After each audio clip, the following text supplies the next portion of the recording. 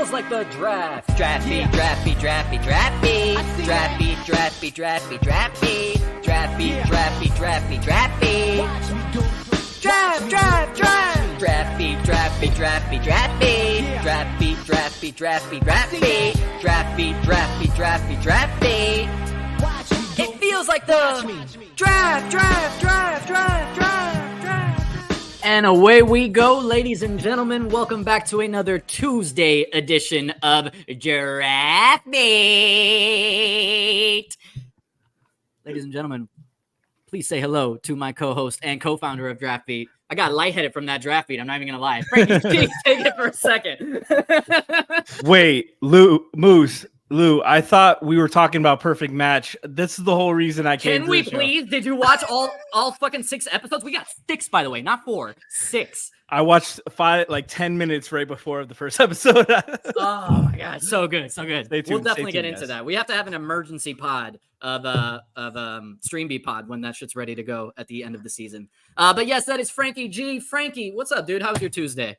It is going well. I'm trying to get this fucking banner figured out here. I see that. I'll go back to you later. Thank you for working on that. Yes. Ladies and gentlemen, that banner that is covering up the man in the middle is the star. That's right, star. Saucy Takes. What's up, Lou? How does it feel to be live on your favorite show? Man, it's fucking amazing. What more can we want as humans? It was like, I don't see the link. Oh, I'm on the show. Yeah, I was like, right now, I was like, I see the tweet, but it's not showing up on my Twitch. Yes. Oh shit, dude! The thing doesn't say live on StreamYard. I'm sorry, guys, but it's because I've been dialed in. I've been in this computer, in this dungeon. It looks like a dungeon, doesn't it? I've been in this dungeon. The only time he left his house and stopped watching film was to go get that jersey right there. The Marlins Flanagan's jersey. Yes, vamos gatos. 2 more. The job is not done yet. But ladies and gentlemen, I'm sorry, we are not Cats Beat today. We are Draft Beat, and we're going to talk about Wings Beat. Yes, Wings. This is actually one that I've very much been looking forward to because last week we talked about my 1A guy, Devin Carter, and today we're going to talk about my 1B guy, but we'll get to him a little bit later. Let's start it off with one of the youngest guys in this draft, straight out of the G League Ignite, an 18-year-old that is linked right now possibly to the Miami Heat. We're going to start with Ron Holland. Franky, show me some film and tell me what you see with Ron Holland and his crazy athleticism. Well, Ron Holland has been a guy that was projected to be in contention for the #1 overall pick when the year began. You see his explosiveness and transition. He's a guy that loves to get out and run. 26% of his field goal attempts were in transition.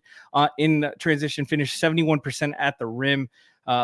Is very efficient in the cutting to the basket. 1.3 points per possession on his cuts. He's a playmaker on defense. Menace on defense. Only freshman-age prospect in this class to have a steal percentage of 3.7% and a block percentage of 1.6%. Only one to come close besides him was Reed Shepherd from Kentucky. Highly effective defensive rebounder.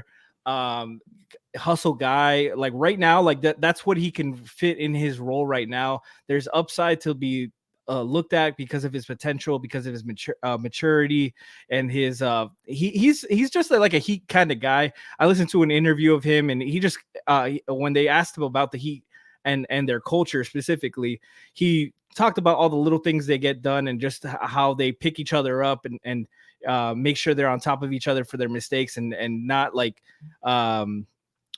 getting on each other, just focus on the next play, the next action to help each other. And I just, you see a lot of maturity for a guy that's that young, like you said, one of the youngest players in the draft, to understand the little things are important. I think that's big. I think that's a lot to grow off of. You see some of his playmaking chops here. I think he's very raw. Like this is definitely would be an upside pick. He can do some stuff right away. Like I mentioned, I saw some film of him guarding point of attack. He can get skinny around screens. He's pretty skinny himself though. Came in on the combine under 200 pounds for a wing. He'll probably be more of a 2 to get going. And like he needs reps. He was a high usage guy in his only season in the G League Ignite. but he still needs a lot of development. His shots needs a lot of work. He shot 24% on threes. Didn't shoot extremely efficient from the line, 75.7%. So there's a lot to work on. But like the tools are loud. 6'11" wingspan, basically. Like kid can really fill it up. And like if you're going just for upside, there's not many better picks available for you. Yeah, and I'm actually glad that we're starting with him because there is a lot to discuss here, and there's a lot to actually see in terms of how he could fit into the Miami Heat culture. Like this guy definitely seems like a Heat guy on defense, but Lou, it's his offense and his young age. Let's not forget also he was the number 2 overall prospect in his high school class coming out. So he's used to being in the spotlight somewhat, but I would say it's his offense that still needs to progress and his young age and skinny frame, frankly, for right now, that is kind of moving him down the board, down to the Heat range. Like, where did you think he was going to go? I know Franky mentioned he was a possible number 1 guy, but I think at a certain point that cooled off. He was kind of falling into like the maybe 5 through 10 range. Where did you have him initially, and where do you have him now on your board? So initially I had him 15th. So I thought it was on, like, we're picking 15th, like it'd be perfect value in terms of the board. I did a rewatch. I moved him up past somebody we might talk about later. I don't know, maybe TJ Saloon. I moved him up over Saloon. Recently, it's just the upside with him is so incredible that it's hard to pass. The reason he's so low is just because the jumper looks like it is 2 years away, maybe 3 years away, like 2 years probably being optimistic. And again, that's not like the end all be all, because he does have some like one of the things I put in my notes is like he's a slasher at will. Like it does not matter who's in front of him. I know he's like 197. He bullies people now. Once he puts on 10, 12 pounds, maybe gets up to 205, 210, he's going to be a nice slasher driver with the ball in his hands. He didn't have a point guard in the Ignite, so that's always a question for me, is how much of, like, the things that we saw he was very raw at, which was playmaking, handling the ball. His turnovers were horrible sometimes, I'm not going to lie. But it's just because he was playing out of outside of his role, or what his role would have been. With the Heat, though, I think he fits alongside defensively right away. It's not a question. His ability to switch instantly is going to get him on the floor. Yeah, especially for Spo. Spo's gonna love that guy on the defensive end. Yeah, again, it's the offense that concerns me. Yeah, he's not a perfect prospect defensively. However, he does have a very high steal and block rate, and his athleticism is off the fucking charts. So it's nice for that to be a foundation. With that being said, he's not bad. He's a very good defender who just has some lapses, some things he needs to fix. Like, the guy went from playing high school to playing like semi, like the second level, like NBA light, how you want to call it. It's a considerable jump. Yeah. And he was tasked to do a lot for a bad team. So just his competitive edge, he showed up just about every game, man. Like, just an absolute menace, warrior, like effort guy, hustle. I personally would not be in shock if he was there at 15 and Miami took a swing on him. I don't think, maybe some picks kind of project like where the offseason is going to go or whatever. I think if he's a pick at 15, Miami still has some kind of flexibility for the future. It would just be interesting to see how he fits alongside Jaime long term, as well as like if Jimmy stays and stuff like that, because it's a lot of players in the same position ish doing the same kind of things offensively. So, well, we started with a guy that is somewhat raw for the 15 range, and we're going to go from there to who I think is the most polished prospect for the 15th overall pick, potentially. Just in general. My 1B. Let's go to Tristan Da Silva of Colorado. Not his teammate Cody Williams, who some may be very high on. But I personally think that Tristan Da Silva is the much better overall player. And I genuinely think he is a Miami Heat guy. Lou, I know you've been just as high on him from the start. Well, I'm going to gush over this game film. You tell me what you like about him.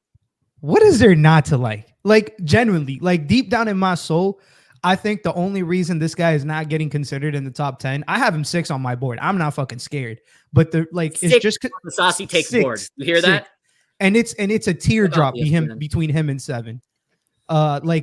an absolute do-it-all guy. Like this is who people look for in the Tiana, come on.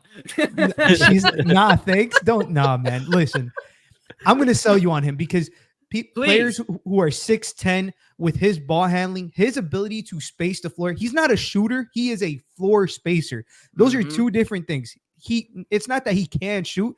It's that he's a legit floor spacer. Shot over 39% last year. If he's unguarded, it's going in. It doesn't matter. But he can pass very well. Defensively, he can guard 3s, 4s, some 2s, some small ball 5s. So a very switchable player on that end of the floor. Not the most vertically explosive athlete, but he's extremely... But 6'10" on a team that desperately is lacking size. And my biggest sell for him is it doesn't matter what direction you want to fucking go. He can play alongside everybody you want to keep.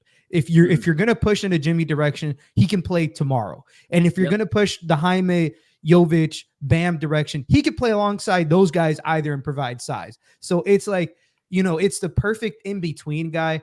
I think his ceiling is, maybe it's obviously not as high as Holland. Holland has an insane upside, but I think his ceiling is a legit role player, like high-end, high-level role player. I think his ceiling is a legit starter in the NBA. Oh, I think role player might be selling him a bit short because I do think that he could legitimately start in the NBA. No, that's what he means. That's what he means. For sure. Sorry, I'm just like, you're going after my guy right here. I'm trying to sell him. Hey, man, I gotta absolutely. I gotta make sure this message is out. He's a starter. He's a starter. I would comp him to a very similar role than to what PJ Washington is doing right now in Dallas. Yes. A 4 who can dribble, pass, shoot, play defense. Like he does everything. Like legitimately, I graded him across all. The worst thing that graded was his rebounding, and it was still good. Like he's just not an elite rebounder. Okay, we'll fucking live with that. He's 6'10". Like it is what it is. But Franky, he does everything well. And what I love that you touched on, Lou, is that he's ready to go if you want to go with the Jimmy timeline. He's ready to go if you want to go with the Bam timeline. And let's not forget that this team is going to be making some considerable moves. I'm not even saying Donovan Mitchell. I mean, they're going to make moves just to shake up the team. For sure. We may lose a Jaime. We may lose some of these guys. Tristan Da Silva can step into those roles. I'm not saying he's going to be better than Jaime, but I do think that he's somebody that can play alongside him, fill in for him, and just be a guy to contribute for you on day one. Franky, tell me why the pick should be Tristan Da Silva. And then tell me why you think it shouldn't be, to be fair. He's big. He's a very skilled shooter. He's a great connector. He ran pick and rolls. He got dribble handoffs. He also did some screen pick and roll, pick and pops. Like he did a little bit of everything with Colorado, and did everything pretty well. Like he's kind of like one of those Swiss Army guys that's like good at everything, not great at anything, but he is great at shooting. Yes. He had some really impressive passing, like effortless skip passes to the weak side, which is with a team that struggled with spacing to be able to add a guy who's 6'8", 6'9" in shoes with a almost 7-foot wingspan, who's versatile, who brings that high shooting IQ, and gravity, high IQ. Yeah, like runs, cuts, like moves without the ball. Like that's all very useful, versatile stuff. He needs to gain a little bit of weight. He's a little bit light to play power forward in the NBA. He came into the combine at like 216. So that's something to be concerned about. But, Jaime is a little bit bigger, so you can afford to play somebody with him like that. You can use Jovic and Bam's versatility and bring that size to the table. Offensively, he fits in and really brings in some needs there. But like you said, there's upside. I think his floor, he might have one of the highest floors in the draft. Like there isn't many, like barring injuries, of course, which you can't really account for and predict that well. Everything he brings to the table, it seems translatable. It's high IQ stuff, high discipline stuff, very easy, very simple. You see the cuts, the finishing with both hands, posting up smaller guys, using his height and his shooting. He shoot over guys comfortably. All that stuff's great. His foot speed, is a little lacking. So, some smaller guards, quicker guards might give him some troubles on switches. Like I said, the strength he needs to get stronger, needs to gain about 10 to 15 pounds. He is 23, so he's a little bit more of a complete prospect than some of the other guys. But, we saw with Jaime, sometimes those guys can really help you compete right away. And is not to cut you off, but is that ultimately why you guys, I mean, I'm starting to feel this way too, but is that ultimately why we think he will be there at 15? Because obviously all of us really like this guy. You see it in the game film there. What's stopping one of these teams in front of us, the Spurs being one that, or the Thunder for that matter, being one that is looking for guys that are ready to play tomorrow? What's to stop them from taking them, at 8 or 9 or 10? Probably just an upside swing. There's guys like we said, like there isn't much more to like really unheath from this guy's potential, because he's not super athletic. He's big already. He needs to get some muscle, but like skill wise, there's not really any question marks of like what he can do better. Like if he can become an elite shooter, that's something he can keep working on and sharpen that skill of his already. Like we saw Duncan go from a great shooter in college to an elite shooter. So that's something he can really work on. He can polish it defensively, but even then you're still like, this isn't a guy you're going to run pick and rolls with end of the game and ISO hunt matchups. Like he's not a guy that you set the table with on offense or defense. But he's a guy that, if he's your fourth option on offense, like you're ecstatic. Like those guys are important. Like we've seen you need guys like that to win. Absolutely. And a guy who can contribute on both ends with size, that's something the Heat are sorely lacking. Yeah. And Lou, I don't want to spend too much a little bit too. So absolutely. I don't want to spend too much more time on Tristan, because I do want to get to the next guy, but just really quickly before we go, if you can summarize why we prefer to talk about Tristan Da Silva for the Heat over someone like Cody Williams, because they are somewhat in the same range there, but I know all of us feel Tristan Da Silva over Cody, specifically for the Miami Heat. Yeah. Okay. If you're going to take an upside swing, don't do it with Cody Williams. He's 6'6", low volume 3-point shooter. He's 19. He weighed in you think this guy's skinny? Cody Williams is like 6'6.5" without shoes. He weighed in at 178. That is one of the lightest ever for somebody that tall. So it's a lot of question marks. He's not the most explosive guy. He's more of a fluid athlete himself too. Like, if Miami's going to take an upside swing, there is a guy that we're probably going to get to next episode. So stay tuned for next Tuesday, that I would much rather have than somebody like Cody Williams. Just agreed. Absolutely. Agreed. And Franky, we talked about this before the show started. We need to get a guy that's going to contribute for us next year. That's not to say don't swing on a potential Nikola Topic or somebody that falls into your lap. You need to swing when you have the chance. But this team is severely lacking guys that are going to be able to play for us from day one. We need to add those when we can. The draft is the best place to do it. And moving on to our next guy, someone that we know the Miami Heat are linked to. I wasn't even considering at 15, but after rewatching the film, it's clear why the Miami Heat are looking at him, because he can play for us tomorrow. It's Jaylen Tyson from California. Franky, you were the one that actually put me on to him. I know you're very high on this guy. What is it about Jaylen Tyson? I'm still learning his name. that has you so excited about the Miami Heat being linked to him now? We talk about the Heat needing guys who can create their own shot, create some offense. Well, Jaylen Tyson, as a guy who wasn't projected to be this coming out of high school, did transfer a few times, so he's played a different roles. But in this most recent iteration of his college career, self-created 70% of his shots, got to the rim. 90% of his non-rim twos were self-created, and half of his threes were self-created. Like, this is a guy who was highly efficient doing all this stuff, and a guy in a role he wasn't expected to do. Mm-hmm. And he did it in a multitude of ways: pick and roll, post ups, handoffs, isolation. Like he's very skilled, and the fluidity. He's got a bag. He's got a deep bag. Absolutely has a bag. He's about 6'6", 6'7" in shoes, 215 pounds. So he's probably going to be more of a 2 guard than a 3. Which I'm not mad at. I prefer him at the 2. Yeah, absolutely. But you see the fluidity, the in and out dribble, just the pump fakes, the bag work right here. mid-range. Like Siobhan's gonna love all that mid-range work. Oh, she would love this guy for sure. Yes. But he's a guy that had so much responsibility and still efficient all over. 36% from three, and is shooting 79% from the line. Like I think that there's more to untap there.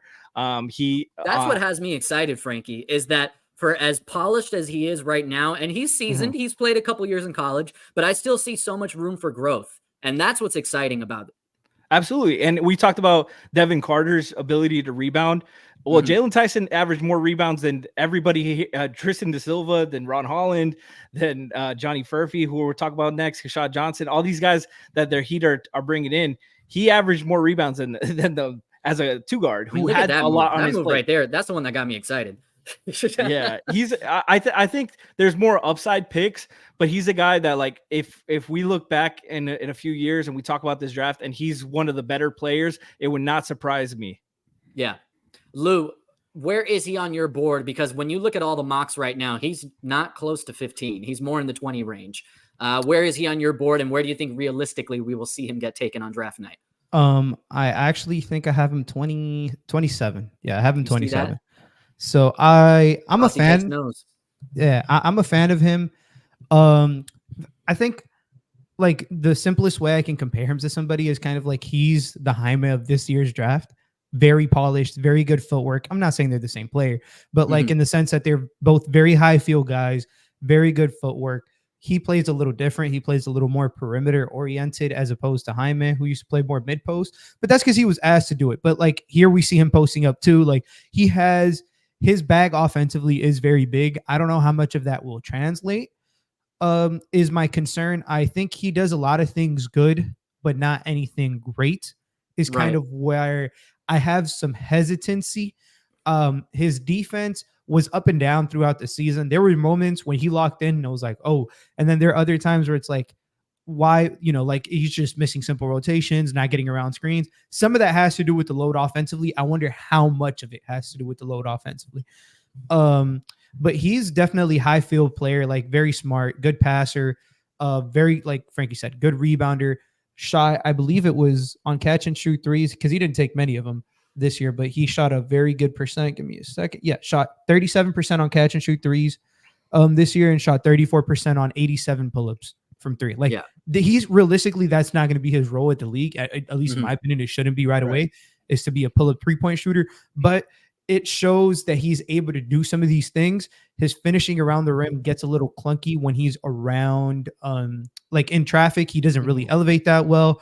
The touch it comes and it goes, but like you said, I see why the Heat brought him in. I see what they see in terms of super high field guy, ready to play tomorrow, and just offensively very skilled, and defensively he's not a slouch either. He's very very capable on that end is the way I'll put it. Yeah, 15 feels a little rich for him, but I totally see what they see, and depending on how the board falls, granted, he may be higher on their own board than many have them mocked. But from there, we're going to move on to someone. Wait, one last thing. Yes. Before we talk about the next guy, because I think it's relative. Like, I was very surprised that he tested athletically in the combine. He beat Johnny Furphy at everything. He beat him in lane agility, shuttle run, vertical. That's like, I think he had a higher vert than Da Silva too. That's where I'm saying, like, this guy's athleticism is kind of sneaky. Like, he's more of a fluid athlete than explosive. Yes. But don't get it twisted. Like, this guy's a better athlete than you would think. Oh, absolutely. You see it in the game film. It's like Lou said, when he locks in, he is a gamer. And that's the type of film that actually got me really excited, because I was like, okay, there's another level to this guy's game that if the Miami Heat can actually get into his head and work with it, where he's focused on that level every single night, that's a damn good, scary player that I would love to have on our side. Yep. But from there, Franky so eloquently kind of set me up for someone that I am very high on and is going to be Carla Tiana's favorite player in the draft. I'm talking about my guy, Johnny Furphy. Roll the film. 6'8" from Kansas. He's Australian, mate. And that means that he's going to be fucking jacked in a couple of years. You all saw Thor. And he's got a silky smooth jumper, okay? The guy can legitimately shoot. I think he has the length to be able to guard up. Lou, Tell everybody why Johnny Furphy should be on their draft board. He can shoot the fuck out the ball. It's really quite simple. He's a very good shooter. Sniper. He's a sniper. And I actually think one of like the most it's a very niche skill, but I think he does this better than anyone in the draft is weak side rebounding offensively. Like his weak side offensive rebounding is so fucking good. His nose for the ball, where it's going to be at. It's very, easy to see, this guy gets you extra possessions. That's about it. That's about it on the good things I have. And he's a pretty good finisher too. I'm not gonna lie. Didn't test well. I think he played better athletically than he tested. Yeah. Not to say he's a great athlete, but I didn't. He tested pretty bad athletically. Yeah. So I think realistically, he's basically like a Cam Johnson type. But what I like is that he's got some swag to him. Like that guy comes ready to play. And I love guys like that. An owner of an Australian law firm as well in Melbourne. Oh, God. Franky, tell everybody why Johnny Furphy probably won't be the pick. I know you're not as high on him as I am. And I don't think Lou is that high on him either. I think he's just pandering to me. Well, I don't like it. You talked about how these guys need to have a floor right now of being a role player. Like, can this guy get 15 minutes? And you saw guys like Grady Dick. Like, I'm not just doing the white comparison, but I'm doing the skinny shooter comparison. Both from Kansas. I mean, both from that's Kansas. The role that Johnny Furphy took over. Yeah. Yeah, exactly. But he had trouble getting minutes in the league this year on a rebuilding team. So, like, I look at a team like Miami that is so key to compete and be ready to win now. Like, I'm like, who does this guy guard? Who does it like? He can't guard ones. He's not really athletically gifted enough to do that. Twos, he measured in sub 190. Like, his body's not ready. He looks. I'm not worried about that, bro. I'm worried about that. 4'1" to 4'2", that guy got ripped. Okay. This guy looks less like Thor and more like Brian Goins. Well, he's got the Infinity Stone. Come on, relax. Brian's a dog. I love Brian. I love Brian. I just don't want Brian playing the two tomorrow night for the Heat. And I'm not saying he's going to be the pick at 15. I kind of would be surprised if Miami Heat actually take him.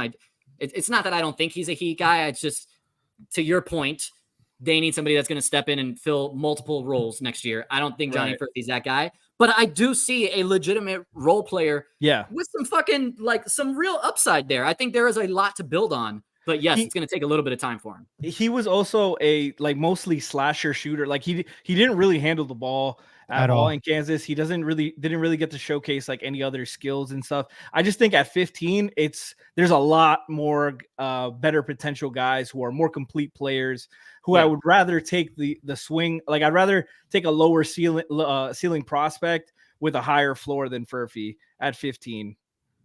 Well, I mean, we're kind of coming off a guy that Lou, I'll let you go to it, but we're kind of coming off a guy that I think, to your point, I would probably take over Furphy at 15 for the Miami Heat and Jaylen Tyson because he can fill multiple more roles. Lou, where were you going to go here? No, I can name 7 other people I'd take over Furphy. Like, okay, well that's a bit much. Honestly, I thought you were going to back me up a little just bit. That wing.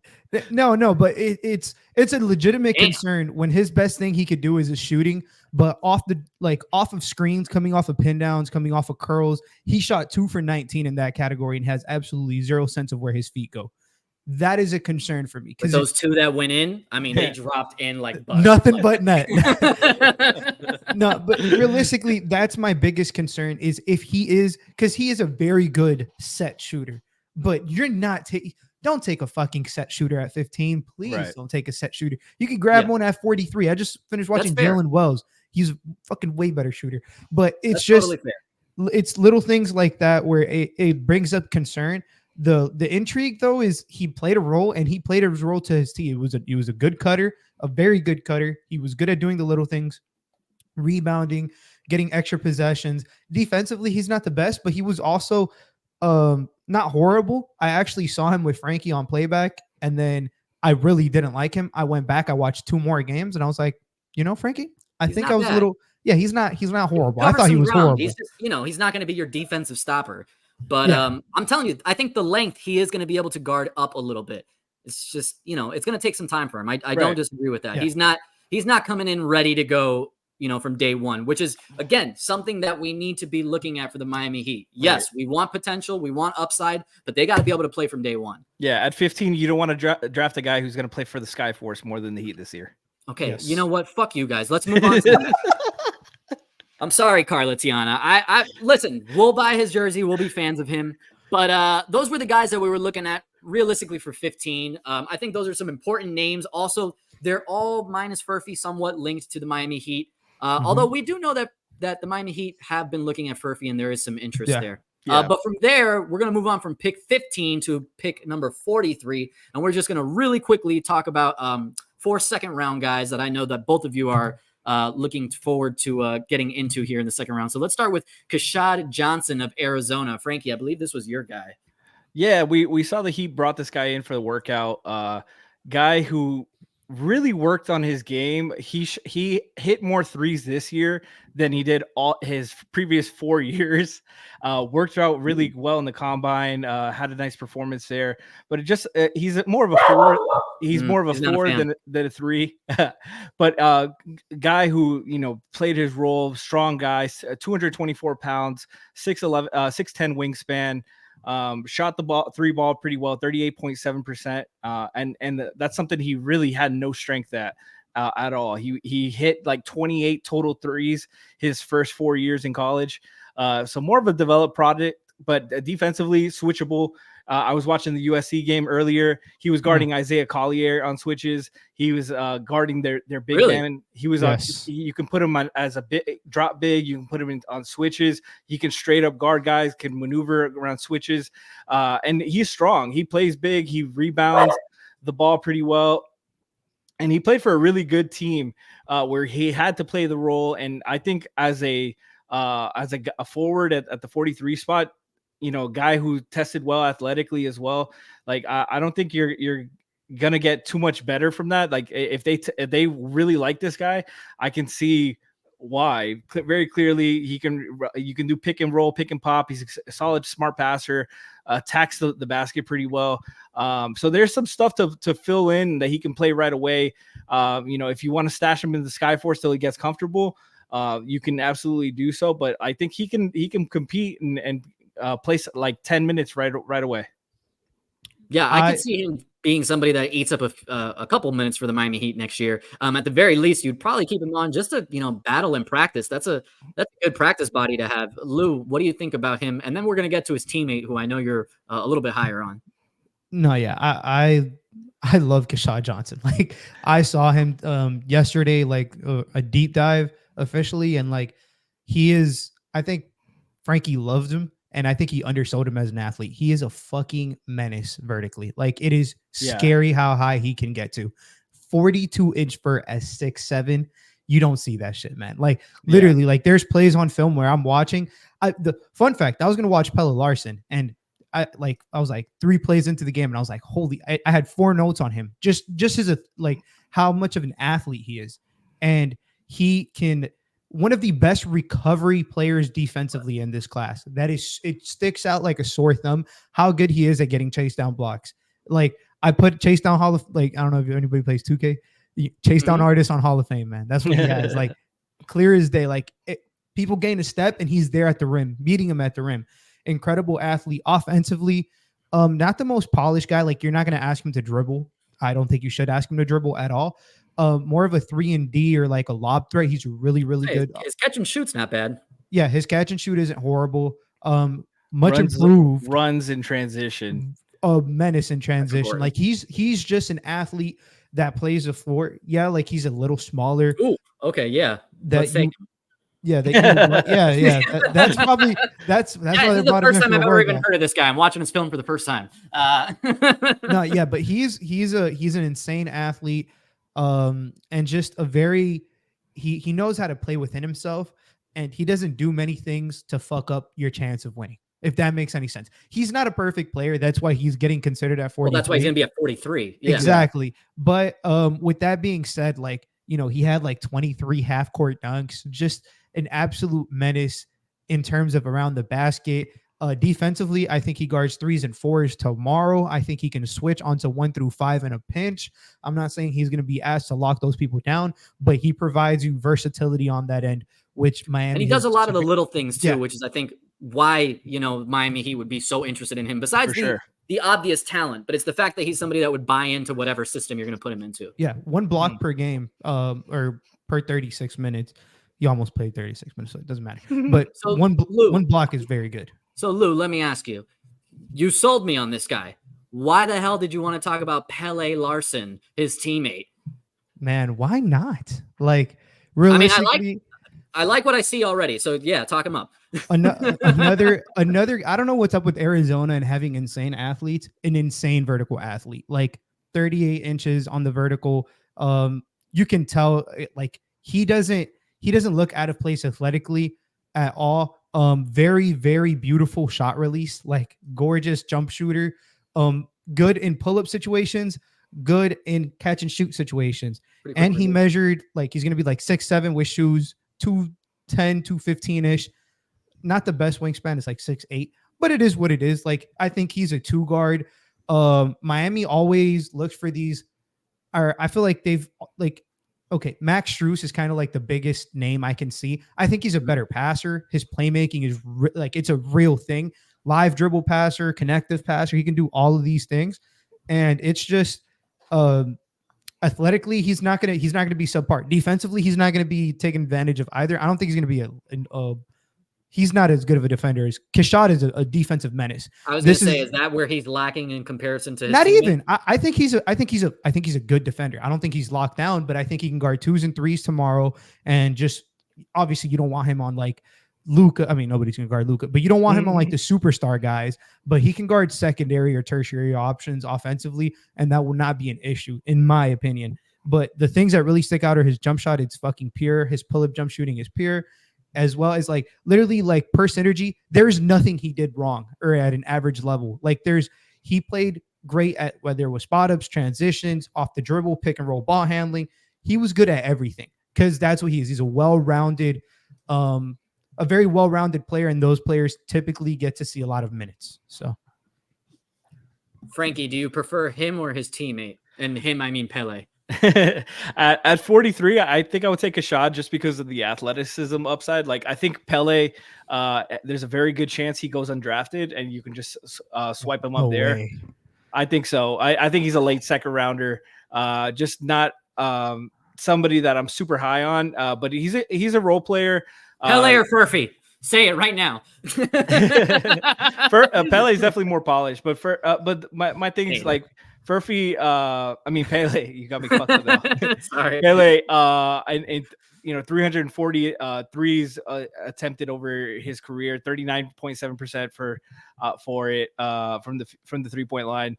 81% from the line for his college career. Like, he's a great shooter, and Miami finds a lot of success with these kind of guys. So I can see why there's interest there. There's just a lot of guards where I'm just like, at 43, there's a lot more options. I think Keshad is a more impactful defender, but I get why they would lean offense. They're really bad offensively.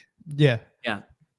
He's not a slouch defensively either. And, like, again, the biggest sell point is this guy can shoot, and he can shoot off the dribble. You don't find those guys at 43. Yeah. I don't care what anybody says. He shot 50% on pull-up 2s and 47% on pull-up 3s. He's a fucking shooter. Like, at the end of the day, that's what he does at an elite level tomorrow. And how many attempts?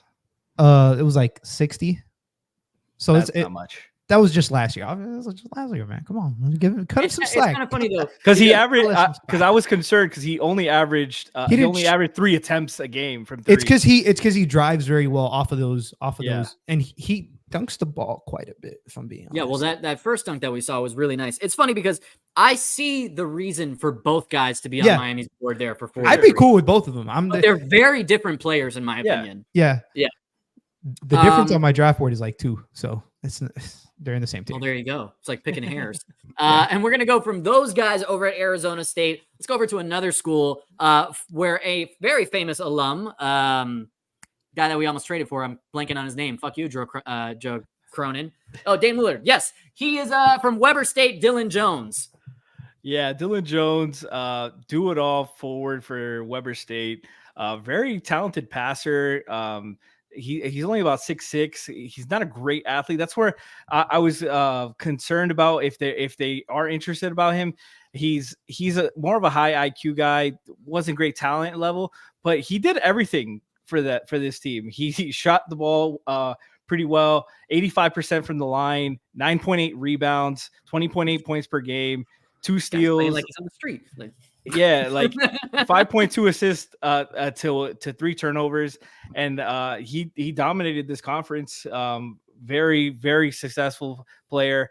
He's one of the players that I can see why they would be interested in. He fits their kind of mold of a high IQ player who can show some versatility. I just have some concerns about his versatility translating to the league because of his athleticism and his lack of size, but he's built pretty strong. He came in at 236 with a 6'11" wingspan. So we could see it defensively. Defensively, not good. Those kind of guys, some of these guys, have such a usage on offense that they have to preserve their offense, their energy on the other end. So he's not going to be a guy who's handling this much in the league. He's not going to be a guy who's has this much usage in the league. So he has to work on that end. So we could see how that translates. Yeah, he's I think you said it best, a very high skill player. He had a 30-point, rebound game. I was just going to tell you to put that up. Yeah. Yeah. 30 and 23 that game. That's what put me on the radar for him. I was like, Jesus Christ. Yeah. Yeah, because I've never watched a Weber State game. You can tell from the grainy footage that they're kind of hard. They're kind of hard to find. No, there's no reason to.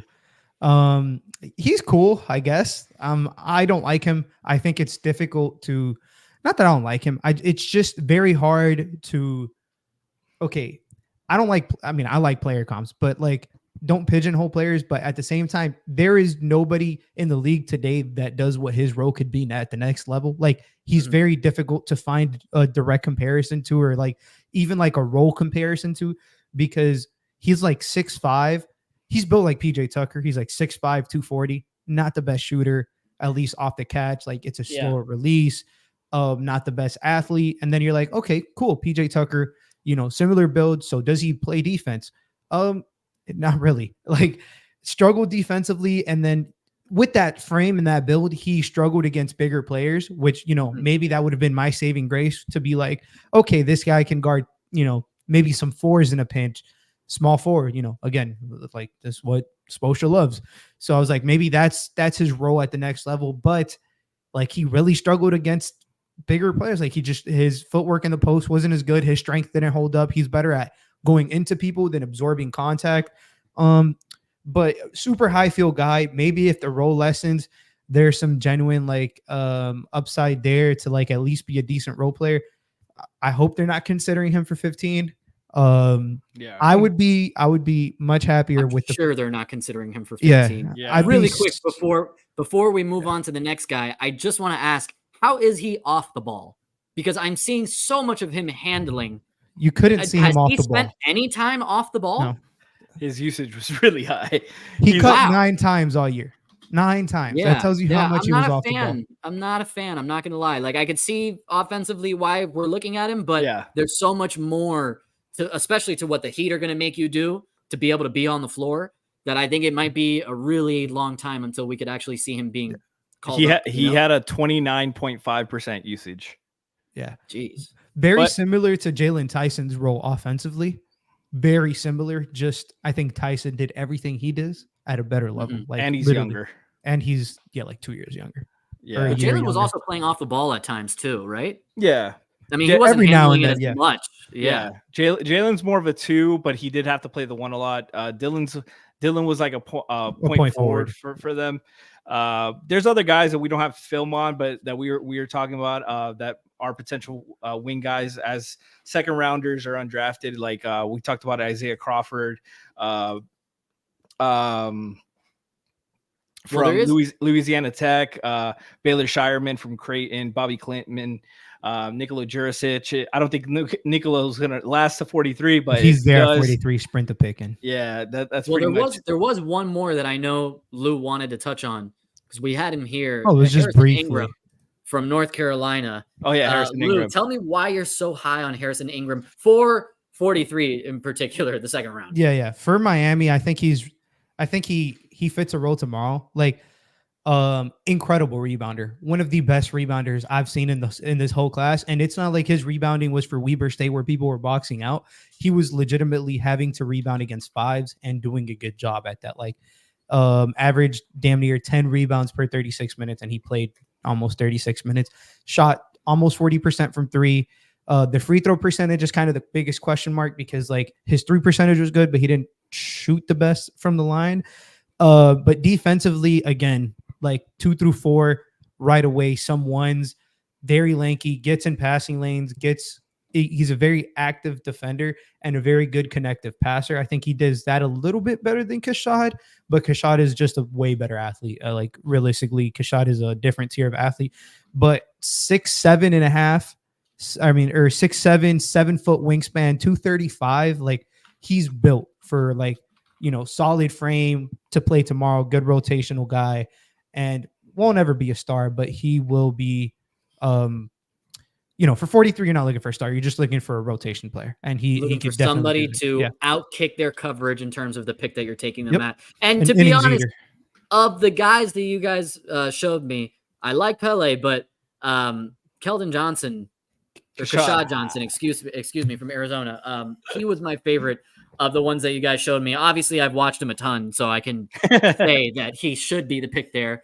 Really quick, guys, we're going to wrap it up soon. But before we do, if there's any questions on any wings, drop them in. You have 35 seconds. If not, I'm going to eat dinner. So we did want to talk about some guys that potentially might fall. We talked a little bit about Cody Williams, but Lou, you wanted to get in on somebody else?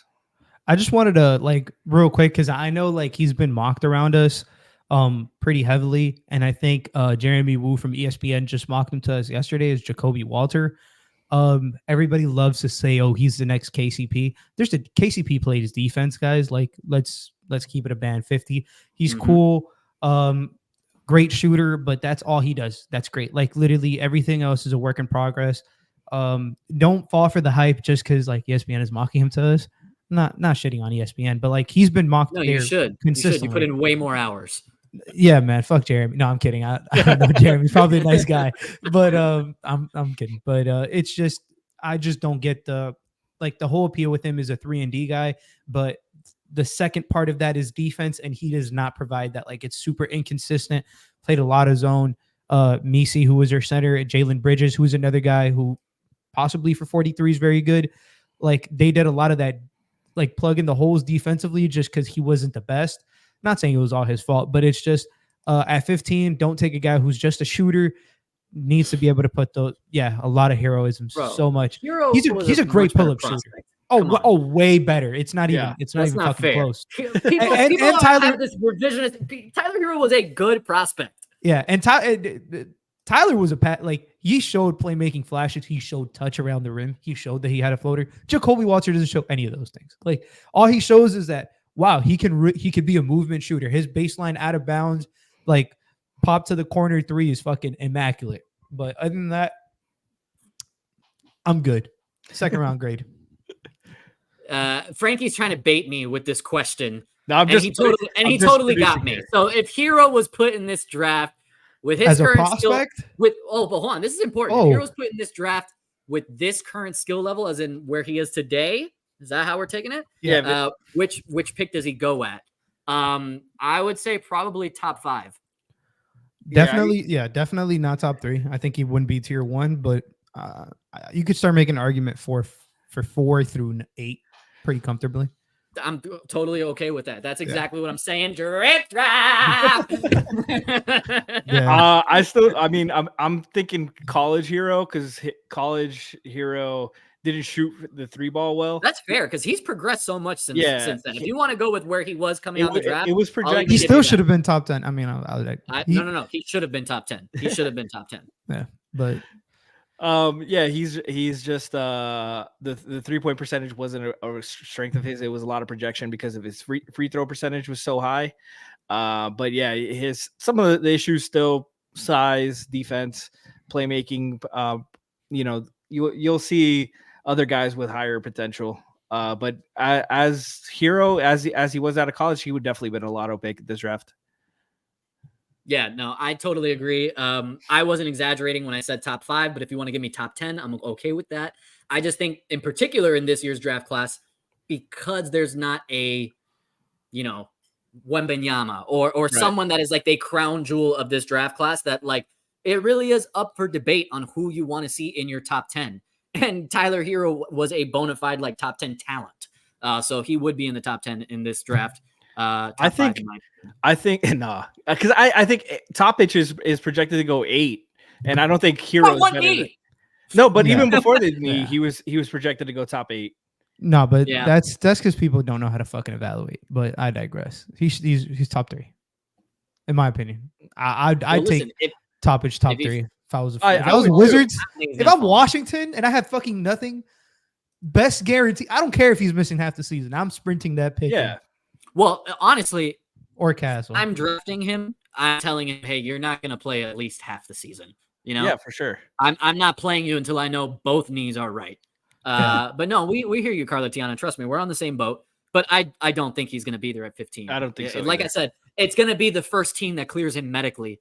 They're saying that his floor is 10. That's what they're saying. Utah is probably going to take him at 10 if he gets. Yeah, I highly doubt he goes anywhere else.